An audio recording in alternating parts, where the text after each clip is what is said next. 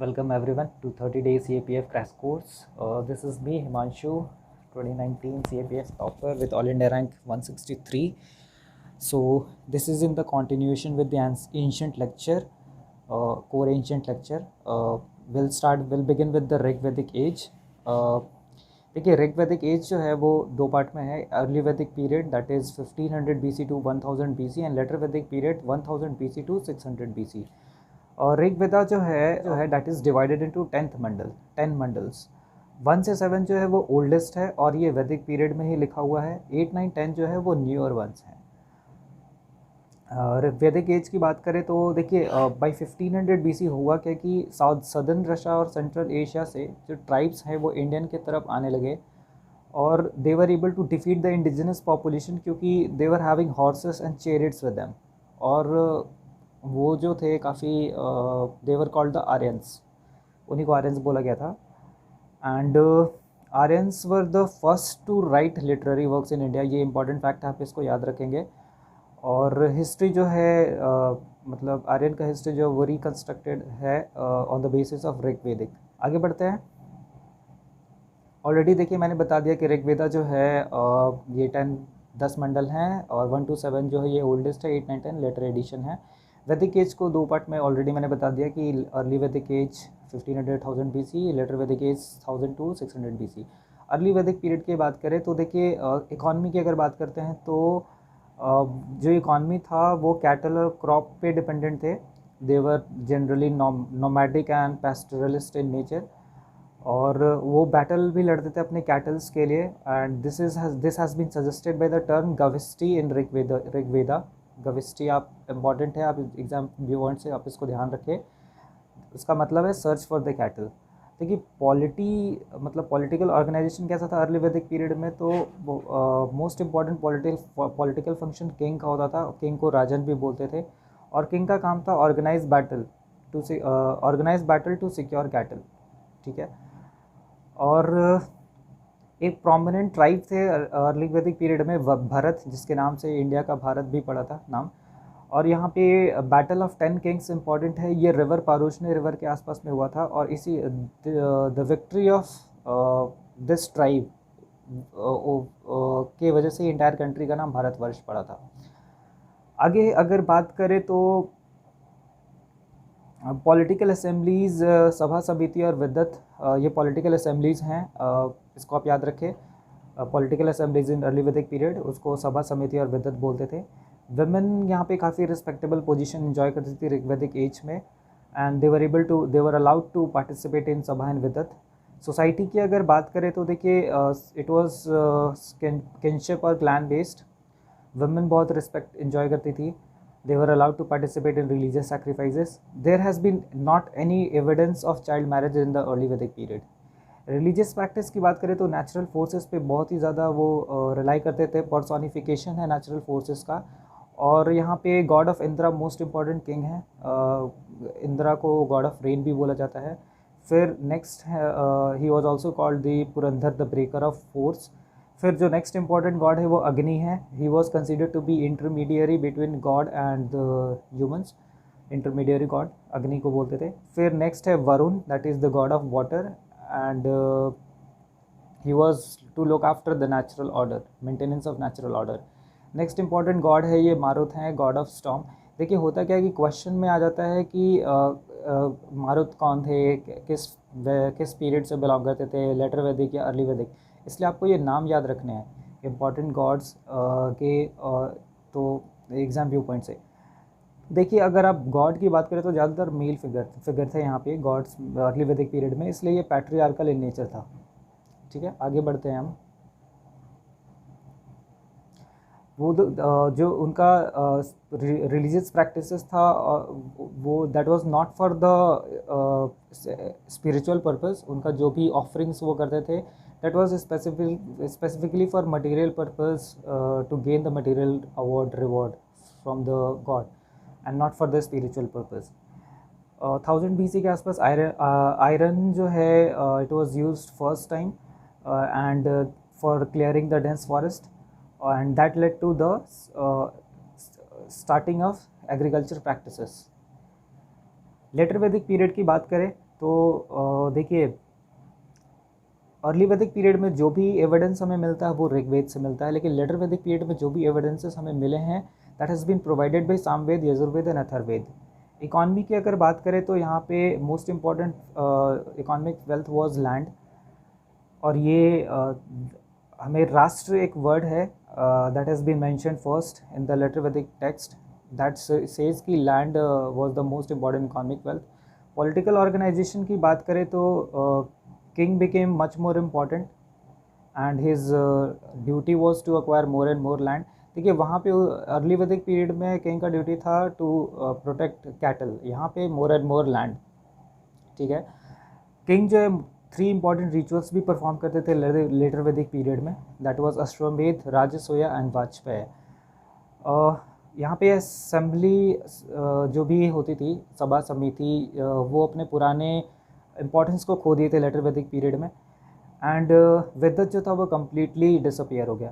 देखिए क्वेश्चन कैसे बनते हैं यहाँ पे, ये कंपेयर करने के लिए भी आ जाता है कई बार कि लेटर वैदिक पीरियड और अर्ली वैदिक पीरियड में क्या क्या चेंजेस आए, या फिर एक डेफिनेशन दे देगा कि these are the characteristics of later Vedic period और अर्ली वैदिक पीरियड। इसलिए हम चेंज कॉन्सेप्ट्स को समझ रहे हैं कि अर्ली वैदिक पीरियड में कैसे इंपॉर्टेंस था सभा समिति का, फिर लेटर वैदिक पीरियड में इंपॉर्टेंस इसका घट गया, विद्युत कम्प्लीटली डिसअपियर हो गया। फिर आगे हम जैसे प्रोसीड करेंगे तो हम देखेंगे कि उनका सोसाइटी कैसे था, तो वो बहुत ही रिजिड और स्ट्रिक्ट हायरार्की, सोशल हायरार्की वहाँ पे हो गया था। It has been divided into 4 classes that was Brahmin, Kshatriyas, Vaishyas and Shudras. और ये जो ऊपर के 3 थे, ब्राह्मण, क्षत्रियज एंड वैश्याज, ये उपनयन एक प्रैक्टिस था, उसको प्रैक्टिस करते थे। Shudras were not allowed to do upanayana. Upanayana आप समझ सकते हैं कि जनेऊ धारण करना, सिंपल आसान भाषा में। गोत्र सिस्टम जो है लेटर वैदिक पीरियड में काफ़ी प्रोमिनेंट हो गया था and it took the concrete shape that was taken advantage by the Brahmins, और and they devised elaborate ritual religious practices. फिर लेटर वैदिक पीरियड में देखिए जो प्रोग्रेसिव सेक्शन थे within the society, they started protest against the elaborate rituals and they advocated for simple religion. कौन थे? तो generally Kshatriyas और जो वैश्यस थे, they were not ready for the under position under the Brahmins. तो that led to the development of Upanishads that was compiled during 600 BC। देखिए position women का later Vedic period में डिटोरिएट कर गया था, they were not allowed to participate more in the sabha and समिति, विद्युत तो डिसअपियर ही हो गया था कम्प्लीटली। आगे हम प्रोसीड करते हैं तो रिलीजियस प्रैक्टिसेस। देखिए अर्लियर वैदिक पीरियड में क्या था कि नेचुरल फोर्सेस पे वो ज़्यादा बिलीव करते थे। यहाँ पे जो थे farmer early Vedic period God, वो they lost their importance and Prajapati became the most important king, most important God, and he was considered the creator of universe. And जो वर्शिप का मोड था वो रिसाइटेशन ऑफ प्रेयर्स था, sacrifice था, और objective इनका material reward था in form of children and lands. Know spiritual taking here again. आगे प्रोसीड करते देखिए by the end of 6th century, later Vedic period के एंड होते होते तक अपर गैंगेटिक प्लेन के लोग eastern side of India move करने लगे। Obviously with the development of iron they were able to clear the dense forest and they started moving towards the eastward, और agriculture activities होने लगा, तो मोर surplus production होने लगा एग्रीकल्चर का, and that led to the development of second phase of urbanization in the ancient India. देखिए first phase of urbanization है वो हड़प्पन सिविलाइजेशन में था। वो आप बोलोगे कि सर आपने सोसाइटी हड़प्पन कल्चर वगैरह को आपने डिस्क्राइब नहीं किया, that will be dealt specifically in the art and culture lecture. हम लोग अभी सिर्फ एंशिएंट डिस्कस कर रहे हैं, कोर एंशिएंट डिस्कस कर रहे हैं।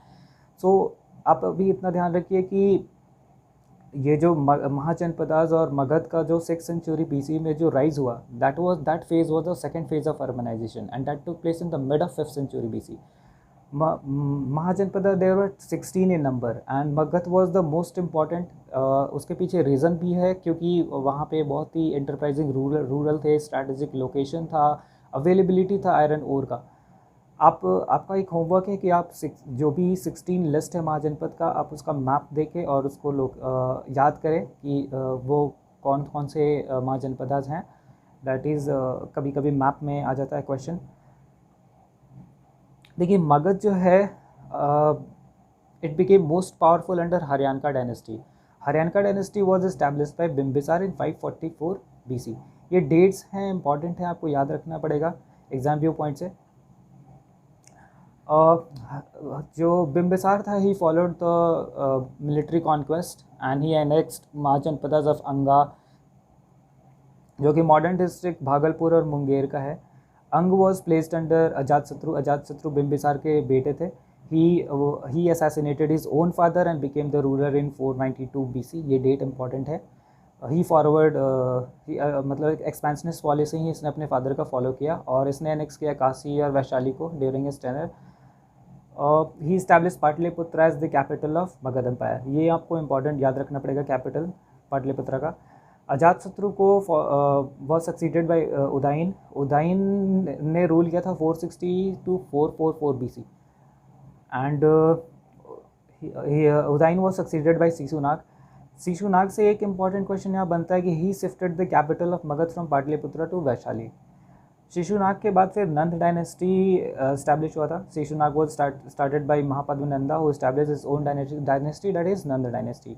नंद डायनेस्टी के सबसे लास्ट रूलर थे Dhanananda. He was defeated by Chandragupta Maurya under the supervision of Kautilya. उनको हम लोग विष्णुगुप्त भी बोलते हैं, चाणक्य भी बोलते हैं।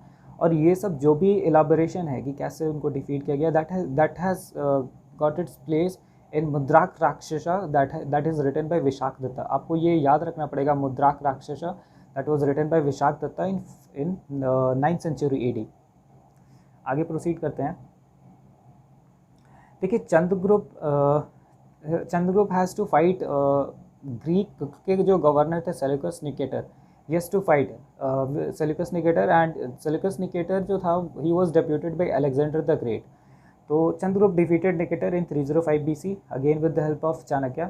निकेटर जब हारने के बाद he ceded province of Afghan Sindh and area lying west of river Indus to Chandragupta Maurya. और ये इम्पॉर्टेंट है, Greek ambassador Megasthenes was deputed to the Mauryan court by the Nicator. फिर मेगास्थनीज ने बुक लिखा है इंडिका, ये भी कई बार क्वेश्चन आ जाता है, आप इसको याद रखें।